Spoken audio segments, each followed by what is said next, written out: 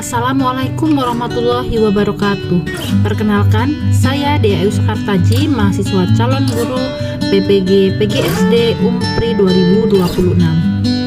Hari ini saya ingin bercerita tentang sebuah film yang menjadi cermin bagi kami para calon pendidik, yaitu Laskar Pelangi. Sebuah kisah tentang 10 anak, 2 guru dan 1 mimpi di SD Muhammadiyah Gentong, Belitung.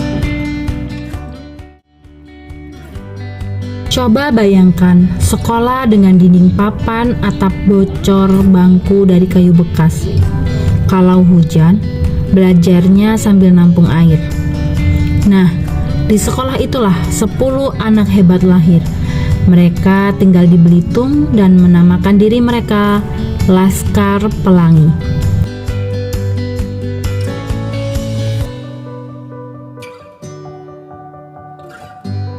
Pada tahun 1974, ada SD Muhammadiyah Gantong.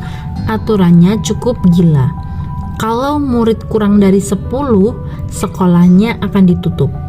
Pas hari pertama, muridnya juga 10. Akhirnya mereka selamat. Siapa saja mereka? Ada Ikal, si pemalu yang suka menulis puisi. Ada Lintang, anak nelayan jenius yang demi sekolah dia jalan kaki 10 km setiap harinya. Ada Mahar, anak paling unik, jago main musik dari barang bekas. Lalu ada Sahara, Kucai, Trapani, Syahdan, Akyong, Borek, dan Harun. Guru mereka cuma 2, Bu Muslimah, guru yang rela tidak digaji, dan Pak Harfan, kepala sekolah yang tiap hari berantem bersama yayasan agar sekolahnya tidak ditutup.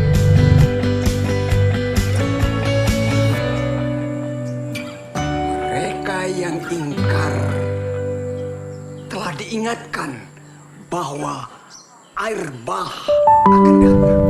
Masalahnya, mereka miskin, tidak ada buku, belajarnya dari koran, tidak pakai sepatu. Lawannya, SDPN Timah, gedungnya megah, ada komputer, gurunya banyak. Tapi Laskar Pelangi punya satu senjata, semangat.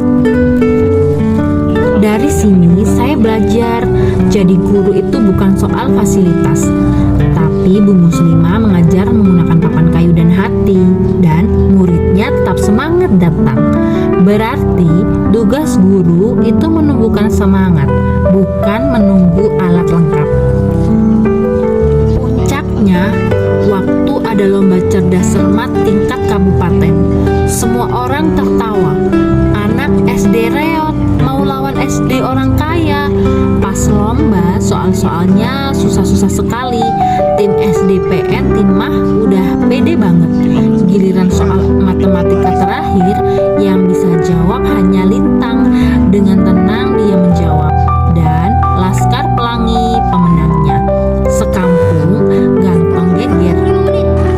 Sekampung gantong geger. Bu Muslimah menangis, Pak Harfan juga teriak. Di situ kita sadar, pintar itu tidak butuh ASI, pintar itu butuhnya otak dan usaha. Untuk pertama kalinya, anak miskin bisa mengalahkan anak orang kaya.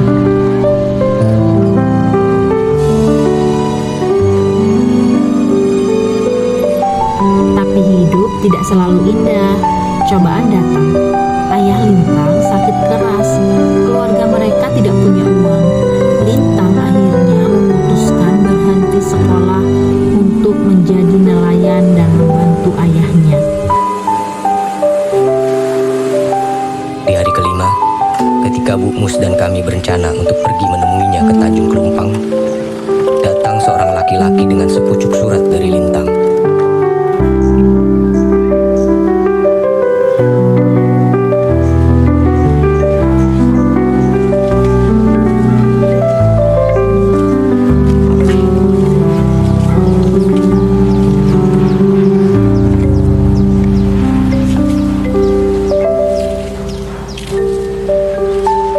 Surat Lintang sangat singkat. Ibunda Bunda Guru, ayahku telah meninggal. Nanti aku akan ke sekolah untuk mengucapkan salam perpisahan terakhirku kepada ibu dan teman-teman. Salamku, Lintang.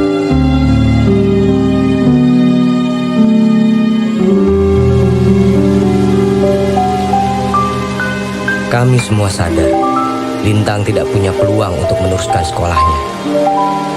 Seorang anak laki-laki tertua keluarga pesisir miskin yang tidak memiliki ibu dan kini ditinggal ayah, haruslah menanggung nafkah keluarganya. Ditanggung sepenuhnya oleh anak sekecil itu.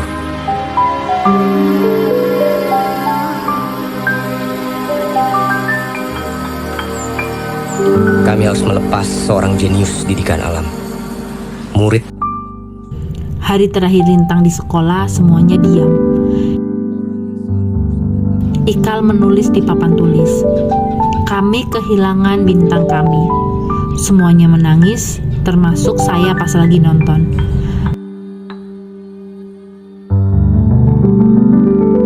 Ini adalah bagian yang paling berat. Sebagai calon guru, saya takut tidak bisa mempertahankan murid karena kemiskinannya, takut tidak bisa mempertahankan sekolahnya. Tapi Pak Harvan berkata, sekolah boleh ditutup, tapi ilmu tidak akan pernah mati. Berarti tugas kita bukan hanya di dalam kelas, tetapi juga berjuang agar anak bisa tetap sekolah. Tapi cerita Laskar Pelangi tidak berhenti di situ. Tahun-tahun berlalu, 10 tahun kemudian, Ikal menjadi penulis terkenal dan kuliah di Sorbonne, Paris. Dan Lintang jadi ahli matematika di Jerman. Yang lain juga sukses. Sekolahnya boleh tutup, tapi semangatnya tidak pernah mati.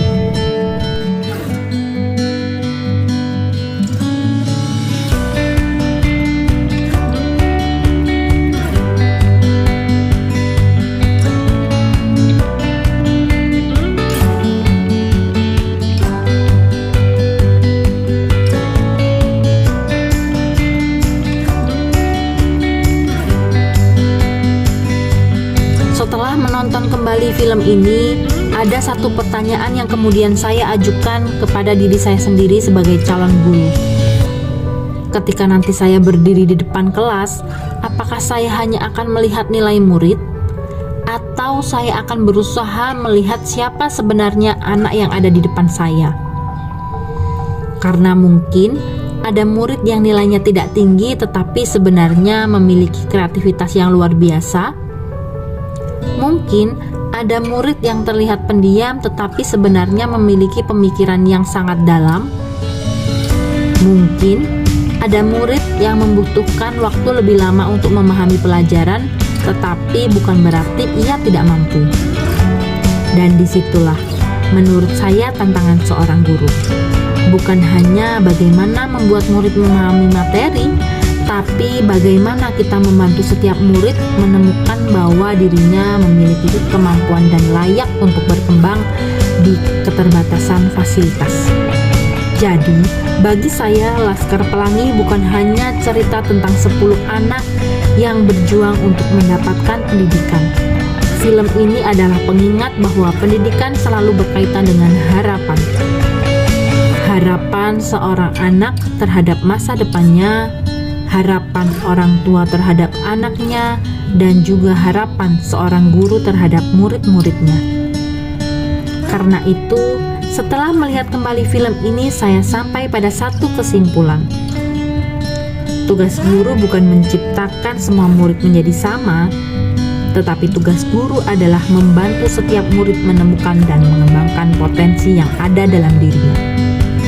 Saya, Dea Ayu Sakartaji, mahasiswa PPG PGSD LPTK Untri. Laskar Pelangi mengajarkan saya satu hal. Mimpi itu tidak butuh gedung mewah, tetapi butuh guru yang percaya dan teman yang tidak menyerah. Semoga kita semua bisa menjadi pelangi untuk orang lain, walau kita berangkat dari tempat yang paling sederhana. Terima kasih sudah menyaksikan review saya, dan mungkin setelah menonton kembali Laskar Pelangi, kita bersama-sama bertanya kepada diri sendiri, Sudahkah kita benar-benar melihat potensi setiap anak yang kita ajar? Sampai jumpa.